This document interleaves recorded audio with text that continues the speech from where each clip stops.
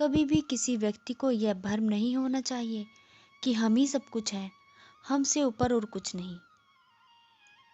धनी को निर्धन व भिखारी को अमीर बनने में समय नहीं लगता। जब समय का पहिया घूमता है तो वह सब कुछ बदल देता है, सबका भ्रम मिटा देता है। कब समय अपने अनुसार करवट बदल दे, कोई कह नहीं सकता। धनी निर्धन और एक दिन याचक को दाता बना दे, यह भी नहीं कह सकते। आज की कहानी संध्या का मंत्र। समय था। डॉक्टर चड्ढा नमस्कार कुल्फ दोस्तों। खिलने के लिए तैयार हो रहे थे। मोटर द्वार के सामने खड़ी थी कि दो कहार एक डोली लिए आते दिखाई दिए।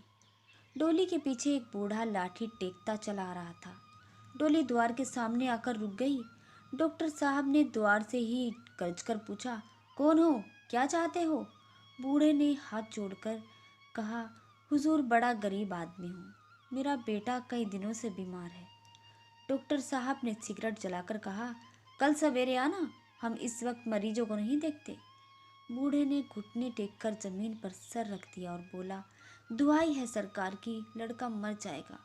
उसने हुजूर 4 दिन से आंखें नहीं खोली।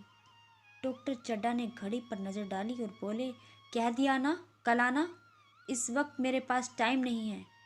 बूढ़े ने पगड़ी उतारकर चौखट पर रख दी और गिड़गिड़ाकर बोला, हुजूर, बस एक नज़र देख लें, लड़का हाथ से चला जाएगा हुजूर। 6 लड़कों में से बस यही एक बचा है, इसी की जान बचा लो सरकार।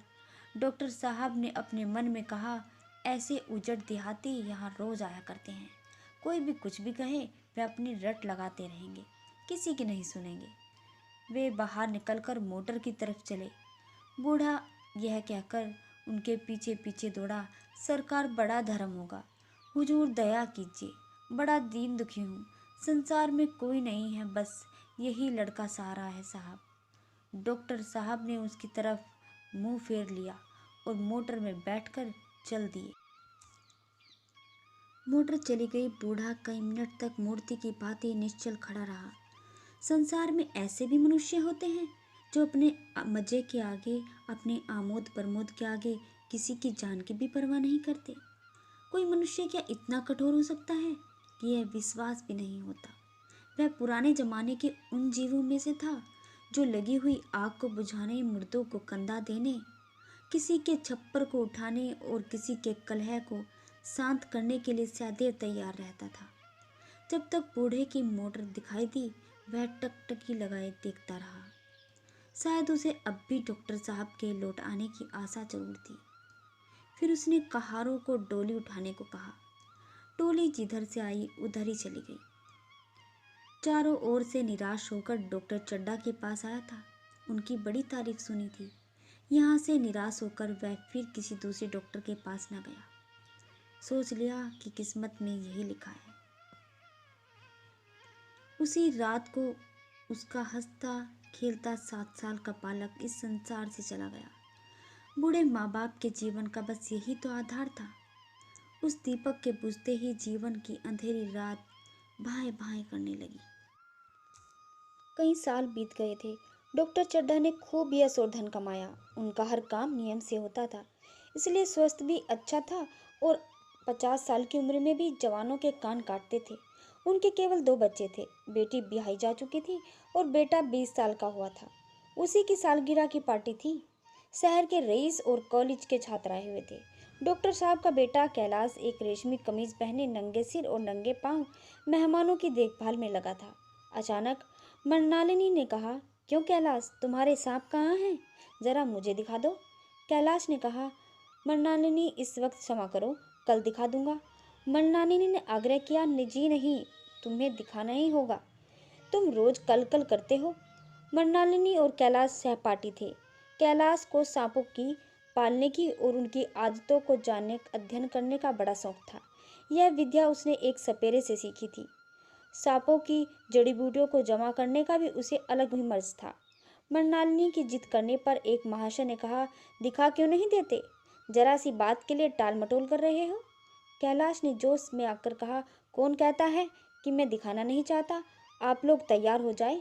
वह सांपों के बटारे के पास गया और बिन बजानी शुरू कर दी। फिर एक एक पिटारे से सांप निकालना शुरू किया और अपनी गर्दन से लपेटने लगा। एक मित्र ने छेड़ा, दांत तोड़ डाले होंगे। कैलाश हंसकर बोला, उनके दांत तोड़े नहीं जाते। यह कहकर काले सांप को पकड़कर बोला, मेरे पास इससे जहरीला सांप नहीं है। अगर किसी को डस ले तो देखते ही देखते दम निकल जाएगा। ऐसा कहते ही उसने सांप की गर्दन पकड़कर जोर से दबाई, इतनी जोर से कि उसका मुंह खुल गया और दांत दिखाए बोला, जिन लोगों को शक हो नजदीक आकर देख लें। जैसे ही कैलाश ने सांप पे हाथ ढीला किया, सांप ने उसे डस लिया। वह उस कमरे की तरफ भागा जहाँ मेज की दराज में जड़ी बूटियां रखी हुई थी। उसके विचार में जिसे पीसकर लगाने से जहर का असर खत्म हो जाएगा। महफिल में भगदड़ मच गई। डॉक्टर साहब चाहते उंगली काट दी जाए, पर कैलाश न माना। उसे जड़ी बूटी पर पूर्ण विश्वास था, लेकिन जहर ने अपना रंग दिखाया। धीरे धीरे उसके होंठ नीले पड़ने लगे और वह अचेत हो गया। एक माँ से बोले, कई मंत्र झाड़ने वाले को बुला लो, शायद जान बच जाए। एक माँ से बुला भी लाए, लेकिन उसने आते ही कहा, अब कोई फायदा नहीं।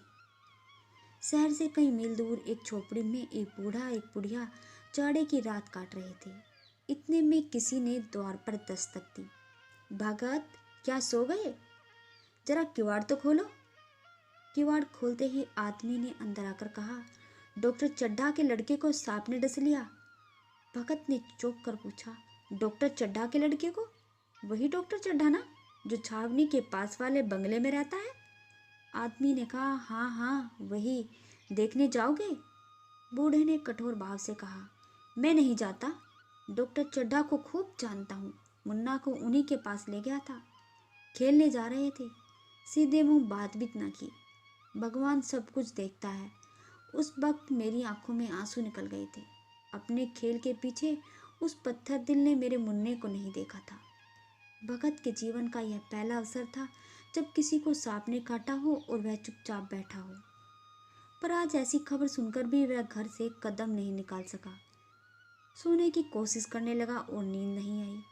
चुपके से उठा, लाठी उठाई और किवाड़ खोलकर बाहर निकल गया। चौकीदार ने पूछा, कहाँ चले भाई? भगत ने कहा, जाऊंगा कहाँ, देख रहा था रात कितनी बाकी है। चौकीदार ने कहा, डॉक्टर चड्ढा के बेटे की हालत तुमने सुनी है? तुम क्यों नहीं चले जाते? सुना है 10,000 देने का वादा किया है। भगत, मैं तो नहीं जाऊंगा, चाहे वह 10 लाख भी दे। मुझे लेकर करना क्या है? कल का मरे आज मर जाए, फिर कौन भोगने वाला बैठा है? चौकीदार चला गया। भगत लाठी खट खट करता हुआ आगे बढ़ने लगा। दिमाग कहता था मत जाओ, पर अंदर की आवाज़ आगे धकेलती चली गई। इतने में 2 आदमी आते दिखाई दिए। दोनों बातें करते चले जा रहे थे कि चड्ढा बाबू का घर उजड़ गया। बेचारा एक ही बेटा था। भगत के कानों में इस आवाज़ के पड़ते ही उसकी चाल तेज हो गई। सामने डॉक्टर साहब का बंगला नजर आया। बिजली की बत्ती जल रही थी। अंदर से रोने पीटने की आवाज़ आ रही थी। भगत का कलेजा धक धक करने लगा। कहीं मुझे आने में देर तो नहीं हो गई? 2 बज चुके हैं। लोग सुबह का इंतजार कर रहे थे। सहसा भगत ने द्वार पर पहुंचकर आवाज़ दी। डॉक्टर साहब समझे कोई मरीज होगा। कोई और दिन होता तो दुत्कार देता, पर आज नम्रता से बोला, क्या है भाई, आज हमारे ऊपर बड़ी मुसीबत है। शायद 1 महीने तक किसी मरीज को न देख सकूंगा। भगत ने कहा, आपकी मुसीबत सुन चुका हूँ। भैया कहाँ हैं? मुझे दिखा दीजिए। भगवान बड़ा करताज है, कौन जाने अब भी उसे दया आ जाए। चड्ढा ने उदास भाव स्वर से कहा, चलो देख लो। बहुत से झाड़ फूक देख कर चले गए। भगत ने अंदर जाकर डॉक्टर के बेटे को देखकर बोला, अभी देर नहीं हुई, नारायण चाहेंगे तो आधे घंटे में भैया उठेंगे। कहारों ने पानी भर भर कैलाश के ऊपर डालना शुरू किया। बूढ़ा भगत मंत्र पढ़ रहा था। मंत्र खत्म होते ही बीच बीच में जड़ी कैलाश को सुंघा देता था। इस तरह न जाने कितने घड़े पानी के डाले और हर बार मंत्र फूंकते हुए भगत ने उसे जड़ी सुंघाई। आखिरकार जब उषा की लाल किरणें आंखें खुली तो कैलाश की आंखें खोल दी और पानी पीने के लिए मांगा। कैलाश की माँ दौड़कर भगत के पैरों में गिर पड़ी। डॉक्टर साहब बड़े भाव से भगत की ओर देख रहे थे।